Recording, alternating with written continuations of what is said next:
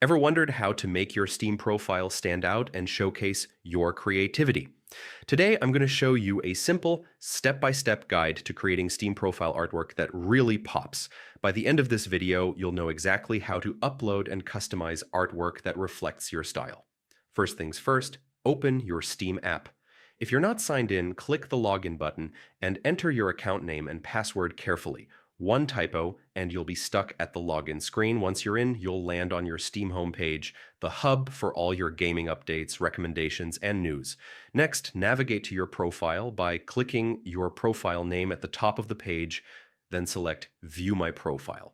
This is your personal gaming space where your achievements and style are on display. Look for the artwork section and click it. Here you'll find the option to upload artwork.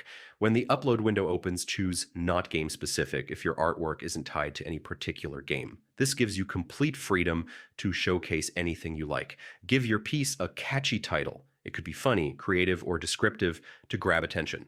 Then select the file you want to upload from your device. If you want to add context or tell a story about your artwork, you can write a description.